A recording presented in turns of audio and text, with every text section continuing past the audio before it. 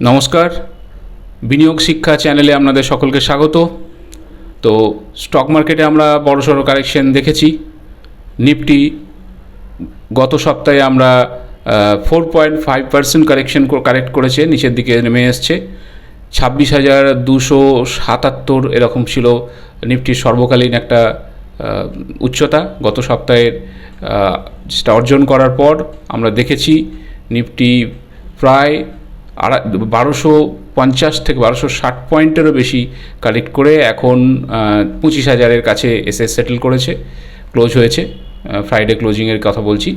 তো এবার কি করব এখন, এটা অনেকে আলোচনার বিষয়। আমি দেখলাম আমার ভিডিওতেও একজন আমাদের বন্ধু কমেন্ট করেছেন যে মার্কেট কি 24,000-এ যাবে, মার্কেট কি 24,000 নিফটির কথা বলা হচ্ছে যাবে। তো এটা তো বলা খুব মুশকিল, কারণ মার্কেট কোথায় যাবে, কোথায় কি না করতে পারে, এটা ইন্ডিভিজুয়ালি যে কোনো ইয়ারস্টিক দিয়ে বা যে কোনোভাবে প্রেডিক্ট করা, ওই it's just like an astrology, সেটার খুব একটা বেশি বলা সম্ভব না, বা কেউ ঠিকভাবে বলতেও পারবেন না। তো সেটা অ্যাস্ট্রোলজিক্যাল কমেন্ট করার মতো হয়ে যাবে, তো সেটা কখনো ঠিক নয়।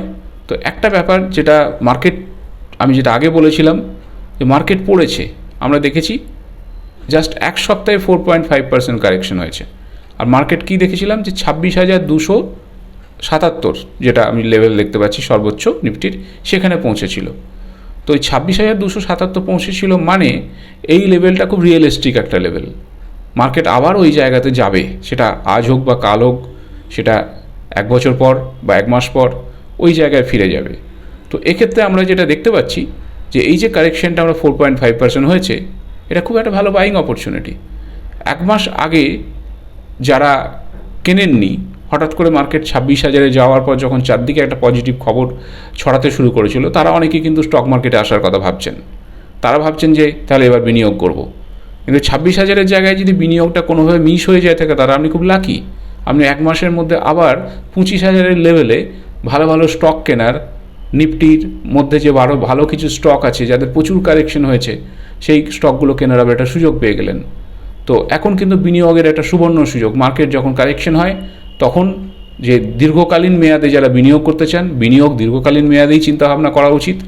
স্বল্পকালীন মেয়াদের বিনিয়োগকারীদের অনেক রকমের সমস্যা তৈরি হতে পারে, কারণ স্বল্পকালীন মেয়াদে কতটা রিটার্ন দিতে পারে কিছু ইভেন ভালো স্টকও, সেটাও কিন্তু খুব বেশি সবসময় প্রেডিক্ট করা যায় না। কিন্তু হ্যাঁ, দীর্ঘকালীন মেয়াদে দেখা গেছে যে ভালো ভালো কোম্পানি যদি আপনি ভালো কিছু স্টক পিক করেন, ভালো বিজনেস যদি আপনি বেছে নিতে পারেন, এবং সেটা কিছু যদি আপনি রিস্ক নিতে না চান, যদি আপনি নিফটি 50-র মধ্যে স্টকগুলোকে মধ্যেও বেছে নিতে পারেন, বা রিলেটেড মিউচুয়াল ফান্ড, হ্যাঁ, যারা একটা ধরুন এই লার্জ ক্যাপ বা আরও কিছু লেস রিস্কি, আর যদি আপনি মনে করেন রিস্ক নেবেন না, বা আরও কিছু থিম বেস যেগুলো আগামী দিনে খুব ভালো গ্রোথ দিতে চলেছে, সেরকম জায়গাতে যদি আপনি ইনভেস্ট করেন, তাহলে একটা ভালো আপনি বিনিয়োগের সুযোগ পাবেন। তো এই সময় আপনি স্টকেই বলুন, মিউচুয়াল ফান্ডেই বলুন, যেভাবেই ইনভেস্ট করার কথা ভাবুন, এই কারেকশনের সময়ে মার্কেটে ঢোকা, মার্কেটে আরও বেশি করে টাকা ঢালাটা খুবই বুদ্ধিমানের কাজ।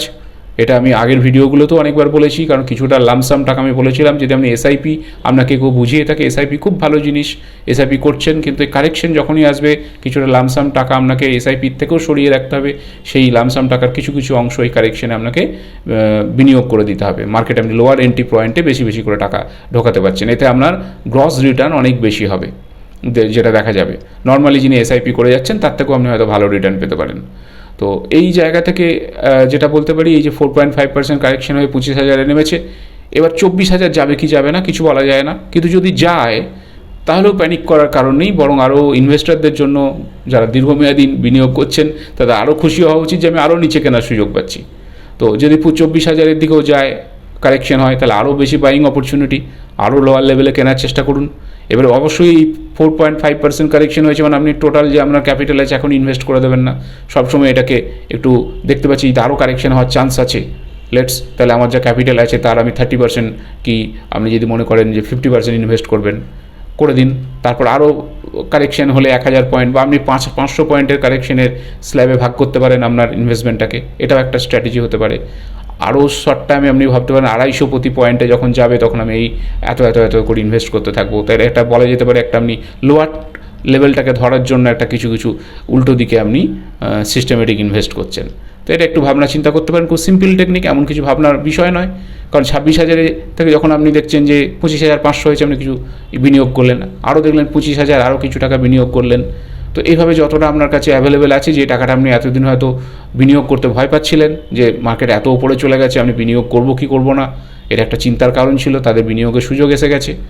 তো আগামী দিনে আরেকটা ঘটনাও ঘটতে পারে, আমরা যারা এফডিতে হয়তো আমাদের এক্সট্রা টাকা, যে টাকাটা হয়তো আমাদের কোনো শর্ট টার্ম কোনো দরকার নেই, অথচ তাতেও আমরা ইনভেস্ট করে রেখেছিলাম, সেই ইন্টারেস্ট রেট কিন্তু কমবে, যে আরবিআই একটা রেট কাট করতে চলেছে, এফডির ইন্টারেস্ট রেট যখন কমে যাবে, সেক্ষেত্রেও কিন্তু সেই সময় যদি আবার মার্কেট কারেকশন দেখুন, তাই হতে চলেছে। এফডির ইন্টারেস্ট রেট তো আমরা দেখতে পাচ্ছি, এফডির ইন্টারেস্ট রেট কমবে, ফিক্সড ডিপোজিটের, ব্যাঙ্ক ফিক্সড ডিপোজিটের ইন্টারেস্ট রেট কমতেই চলেছে, আর সেই সময় মার্কেটের কারেকশন হয়েছে। এটা তো একটা ভীষণ, আমি বলতে পারি, পজিটিভ ব্যাপার, নাথিং নেগেটিভ, যে আপনার সামনে দেখতে পাচ্ছেন এফডির বিনিয়োগ কমে যাবে, তাহলে এফডিগুলোকে আপনার সরিয়ে কিছুটা টাকা, যে টাকাটা আপনার অবশ্যই এফডি, আমি বলেছিলাম যে একটা আগের ভিডিওতেই আমি বলেছিলাম যে একটা আপনার এমার্জেন্সি ফান্ড সবসময় এফডিতে রাখবেন, কিন্তু তার বাইরে যে অতিরিক্ত টাকা, যদি আপনার বয়স কম হয়ে থাকে, আপনি যদি দীর্ঘমেয়াদে বেশি রিটার্ন পেতে থাকেন, আপনার রিস্ক টেকিং ক্যাপাবিলিটি কম বয়সে বেশি থাকে, 40-এর নিচে যদি আপনার বয়স হয়, রিস্ক টেকিং ক্যাপাবিলিটি রয়েছে, 30-এর নিচে যাদের, তাদের তো আরও বেশি রিস্ক নিতে পারেন তারা, তাহলে এফডিতে প্রচুর পরিমাণে টাকা ফেলে রাখার কোনো মানে হয় না। তো যদি সুদের হার কমে যায়, সেক্ষেত্রে আরও কোনো তার অর্থ নেই, সেটা ইনফ্লেশন প্রোটেকশন আমাকে দিতে পারবে না, এটা সবার জানা আছে, এটা নিয়ে আলোচনা করার কোনো ব্যাপার নেই। তো সেই জায়গা থেকে দাঁড়িয়ে আমরা এই কারেকশন যখন হয়েছে মার্কেটে, এটা কিন্তু প্রবেশের খুব ভালো সুযোগ, প্রচুর ভালো ভালো স্টক আছে যাদের কারেকশন ঘটেছে। তো সেই স্টকগুলো একটু স্টাডি করে নিন, নিজস্ব যদি কোনো বিনিয়োগ পরামর্শদাতা থাকে, বা যদি মিউচুয়াল ফান্ডের থ্রু দিয়ে আপনি করতে চান, তাহলে মিউচুয়াল ফান্ডের যারা আপনার অ্যাডভাইসার রয়েছে, তাদের সঙ্গে কথা বলুন, আপনার যে পরিচিত বা আপনার যিনি কাজ, যার সাথে কাজ করছেন, করে এই সময় মার্কেটে আরও বেশি করে প্রবেশ করার চেষ্টা করুন। কিছু কিছু সেগমেন্ট আমি যেটা বলতে পারি, যেগুলো হচ্ছে খুব সবসময়ই ধরে নেওয়া হয় যে খুব একটা লো রিস্ক, হ্যাঁ, ডিফেন্সিভ স্টকস, যেমন ধরুন এফএমসিজি আছে, এফএমসিজিতে ঢোকার কোনো দুর্ভাবনা নেই, এফএমসিজি আমাদের দেশে বাড়বে, এফএমসিজি কনজামশন যখন রয়েছে। আরও কিছু স্টক যেমন রয়েছে, ব্যাঙ্কিং স্টকগুলো যেটা ধরা হচ্ছে, ভালো ভালো যেগুলো ব্যাঙ্ক রয়েছে আমাদের দেশের, আমি প্রাইভেট ব্যাঙ্কের কথা বলছি, সেই প্রাইভেট ব্যাঙ্কেরও কিন্তু ভ্যালুয়েশন খুব অ্যাট্রাকটিভ এখন, তাদের যে গ্রোথ বা তাদের যে আমরা প্রফিট পি রেশিও যেটা দেখছি, সেটাকে যদি কনসিডার করি, দ্যাটস ভেরি হেলদি। তো সেই ভালো ভালো প্রাইভেট ব্যাঙ্কগুলো কিন্তু কেনার সময় একটা অলরেডি কারেকশন হয়েছে, ভবিষ্যতে ব্যাঙ্ক দীর্ঘদিন ধরেই ধরা হচ্ছে যে আন্ডার পারফর্ম করছে, তো সেক্ষেত্রে একটা সম্ভাবনা আছে। তো এই জাতীয় কিছু সেগমেন্ট আপনারা নিজেরাও একটু রিসার্চ করুন, নিজেরাও একটু পড়াশোনা করুন, পরামর্শদাতার পরামর্শ নিয়ে বিনিয়োগের সুযোগ। মার্কেট কারেকশন হলে প্যানিক করবেন না, মার্কেটের কারেকশন যে নেগেটিভিটি তৈরি করে, সেই নেগেটিভিটিতে মনোযোগ না দিয়ে বরং এটাকে সুযোগ হিসেবে গ্রহণ করুন। যত নিচের দিকে মার্কেট যাবে, মানে যারা দীর্ঘকালীন বিনিয়োগের কথা ভাবতে শুরু করেছেন এইমাত্র, বা যারা হয়তো ভাবছিলেন যে করব, তারা জানবেন যে মার্কেট ওপরে টেস্ট করে নিচে নেমে এসছে, মানে ওপরের লেভেলটা কিন্তু খুব রিয়েলিটি। 26,277, 26,000 এর ওপরে যে নিফটি যাবে এক সময়তে, সেটার একটা কনফার্মেশন পেলাম আমি, যে 26,000 থেকে ঘুরে এলো নিফটি, তাহলে যত নিচের দিকে যাচ্ছে আমি বিনিয়োগ করতে থাকবো, কারণ আমি জানি আগামী দিনে এই যে 26,000 আবার ফিরে আসবে, তাহলে আমার রিটার্নও সেই জায়গায় আমি পৌঁছে যেতে পারবো। 26,000 থেকে অনেক আগামী দিনে সামনের দিকেই নিফটি এগিয়ে যাবে, আমি লং টার্মে বলছি, এটা কোনো 6 মাসের 1 বছরের সেটা নাও ঘটতে পারে, আপনাকে এখানে ধৈর্য রাখতে হবে। স্টক মার্কেট বিনিয়োগের দীর্ঘকালীন বিনিয়োগ মানে ধরে নিতে পারেন যে মিনিমাম লেভেল আপনার 10 বছর ভেবে চলা উচিত। 10 বছর পর যদি আপনি কোনো টার্গেট রাখেন, তাহলে যদি ক্যালকুলেট করেন, তখন আপনি আপনার রিয়েলিস্টিক যে একটা রিটার্ন দেখতে পাবেন। অনেক সময় 3-4 বছর, ইভেন 5 বছর পর্যন্ত কনসোলিডেশন চলতে পারে, বা নিচের দিকে বায়াস থাকতে পারে, একটা কনসোলিডেশন পেজে আপনি কোনো গ্রোথ নাও দেখতে পারেন, কিন্তু 10 বছরের টার্মে দেখা গেছে মার্কেট সবসময়ই একটা গ্রোথ আমাদের দিয়েছে বেশিরভাগ ক্ষেত্রে। তো ভিডিওটি দেখার জন্য ধন্যবাদ। আর আরেকটা কথা, আপনারা যারা দেখছেন তারা অনেকে কমেন্ট করছেন, তো সেই কমেন্টের ব্যাপারগুলো আমি আমার ভিডিওর মধ্যে ধরার চেষ্টা করব আস্তে আস্তে, যা জানতে চাইছেন যে বিষয়ে আপনারা করছেন। আর যদি আপনার এই ভিডিওটা ভালো লেগে থাকে, আমি যেভাবে একটু সোজাভাবে স্টক মার্কেট বোঝানোর চেষ্টা করছি, তো এটা আপনি একটু ফলো করতে থাকুন, দেখুন। আর কিছু আপনার বক্তব্য থাকলে কমেন্টে জানাবেন নিশ্চয়ই। আর বন্ধুবান্ধব যারা রয়েছে, যারা স্টক মার্কেট সম্বন্ধে যাদের জানা উচিত বা যারা আগ্রহী, তাদের মধ্যে শেয়ার করতে পারেন, যদি তারা খুব সহজে বাংলা ভাষায় স্টক মার্কেট বিষয়ে জানতে চায়। আমার উদ্দেশ্যটা এখানে তাই, আমি কোনো জটিল সংখ্যাতত্ত্ব, কোনো প্রেজেন্টেশন, কোনো গ্রাফ, কোনো হিসাব খুব সহজে বলি না, একদমই খুব গল্পের ছলে সহজভাবে যে কোনো জিনিসকে বোঝানো, এটাই আমার উদ্দেশ্য। কারণ খুব কঠিনভাবে বললে অনেকেরই ব্যাপারটা সম্বন্ধে আগ্রহ হারিয়ে যায়।